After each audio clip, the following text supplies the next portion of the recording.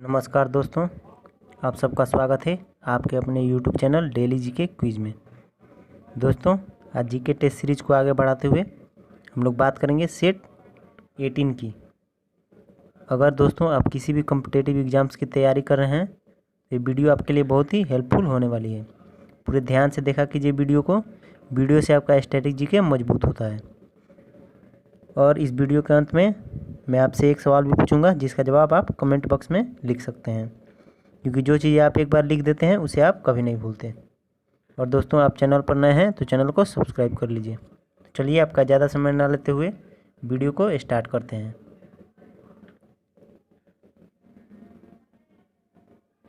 आज का जो पहला प्रश्न है, मुगल काल का पहला भारतीय हिंदी विद्वान था। मुगल काल का पहला भारतीय हिंदी विद्वान जो था वो था मलिक मोहम्मद जायसी। चलते हैं अगले प्रश्न की ओर। अगला प्रश्न है, नालंदा विश्वविद्यालय को नष्ट करने वाला मुस्लिम शासक था। तो नालंदा विश्वविद्यालय को नष्ट करने वाला मुस्लिम शासक था मोहम्मद बिन बख्तियार। चलते हैं अगले प्रश्न की ओर। अगला प्रश्न है, 1651 में मुगलों द्वारा बंगाल में किस स्थान पर ईस्ट इंडिया कंपनी को व्यापार करने और फैक्ट्री बनाने की अनुमति दी गई थी? तो कासिम बाजार में। चलते हैं अगले प्रश्न की ओर। अगला प्रश्न है, किस युद्ध से भारत में मुगल राज्य की नींव पड़ी? तो वो युद्ध था पानीपत का प्रथम युद्ध। चलते हैं अगले प्रश्न की ओर। अगला प्रश्न है, मुगल सम्राटों का मीर बख्शी किस विभाग की अध्यक्षता करता था? तो मीर बख्शी जो था वो सेना संगठन की अध्यक्षता करता था। चलते हैं अगले प्रश्न की ओर। अगला प्रश्न है, सुलेखन क्या होता है? सुलेखन का मतलब होता है सुंदर हस्तलेख। चलते हैं अगले प्रश्न की ओर। अगला प्रश्न है, किस मुगल शासक ने भारत की वनस्पतियों और प्राणी जगत, ऋतुओं और फलों का विशद विवरण अपनी दैनंदिनी में यानी डायरी में दिया है? तो वो था बाबर। चलते हैं अगले प्रश्न की ओर। अगला प्रश्न है, मुगल काल की राजभाषा क्या थी? मुगल काल की जो राजभाषा थी वो थी फारसी। चलते हैं अगले प्रश्न की ओर। अगला प्रश्न है, मुगल प्रशासन व्यवस्था में मनसबदारी प्रणाली को किसने प्रारंभ किया? मनसबदारी प्रणाली को प्रारंभ किया था अकबर ने। चलते हैं अगले प्रश्न की ओर। अगला प्रश्न है, निम्नलिखित में से वह भाषा कौन सी है जिसे मध्य युग के दौरान सीवीर भाषा कहा जाता था? तो सीवीर भाषा जिसे कहा जाता था वो थी उर्दू। चलते हैं अगले प्रश्न की ओर। अगला प्रश्न है, महाराष्ट्र में भक्ति संप्रदाय निम्नलिखित में से किसकी शिक्षाओं द्वारा फैला था?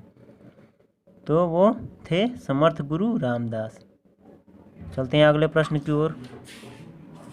अगला प्रश्न है, मोती मस्जिद निम्न में से किस नगर में स्थित है? तो मोती मस्जिद जो है आगरा में स्थित है। चलते हैं अगले प्रश्न की ओर।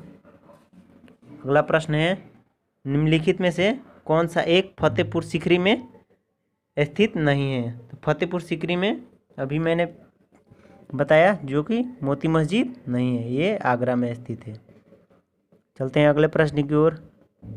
अगला प्रश्न है, भारत आने वाले प्रथम यूरोपीय कौन थे?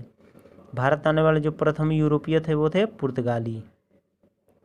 चलते हैं अगले प्रश्न की ओर। अगला प्रश्न है, निम्नलिखित में से कौन सी जोड़ी गलत है? तो जोड़ी जो गलत है, चंगेज खां बनाम अलाउद्दीन खिलजी। चलते हैं अगले प्रश्न की ओर। अगला प्रश्न, निम्नलिखित में से किसका अपने समकालीन मुगल बादशाह के साथ मिलान गलत हुआ है? वो हुआ है पृथ्वीराज चौहान और अकबर का। चलते हैं अगले प्रश्न की ओर। अगला प्रश्न है, निम्नलिखित में से किस मुगल सम्राट को हिंदी गीतों की रचना का श्रेय प्राप्त है? तो हिंदी गीतों की रचना का श्रेय प्राप्त है शाहजहां को। चलते हैं अगले प्रश्न की ओर। अगला प्रश्न है, गुरु नानक का उत्तराधिकारी कौन है? तो गुरु नानक का जो उत्तराधिकारी थे वो थे गुरु अंगद। चलते हैं अगले प्रश्न की ओर। अगला प्रश्न है, कोणार्क में प्रसिद्ध सूर्य मंदिर का निर्माण किसने कराया था? कोणार्क में प्रसिद्ध सूर्य मंदिर का निर्माण कराया था नरसिम्हा प्रथम ने। चलते हैं अगले प्रश्न की ओर। अगला प्रश्न है, यादव राजाओं की राजधानी कौन सी थी? तो यादव राजाओं की जो राजधानी थी वो थी देवगिरी। चलते हैं अगले प्रश्न की ओर। अगला प्रश्न है, निम्नलिखित में से कौन सा युग्म सही मेल नहीं खाता? जो युग्म सही मेल नहीं खाता वो है निकेतिन समरकंद। चलते हैं अगले प्रश्न की ओर।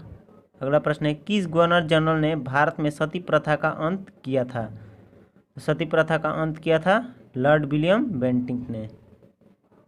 चलते हैं अगले प्रश्न की ओर। अगला प्रश्न है, नए भारत का पैगंबर किसे कहा जाता है?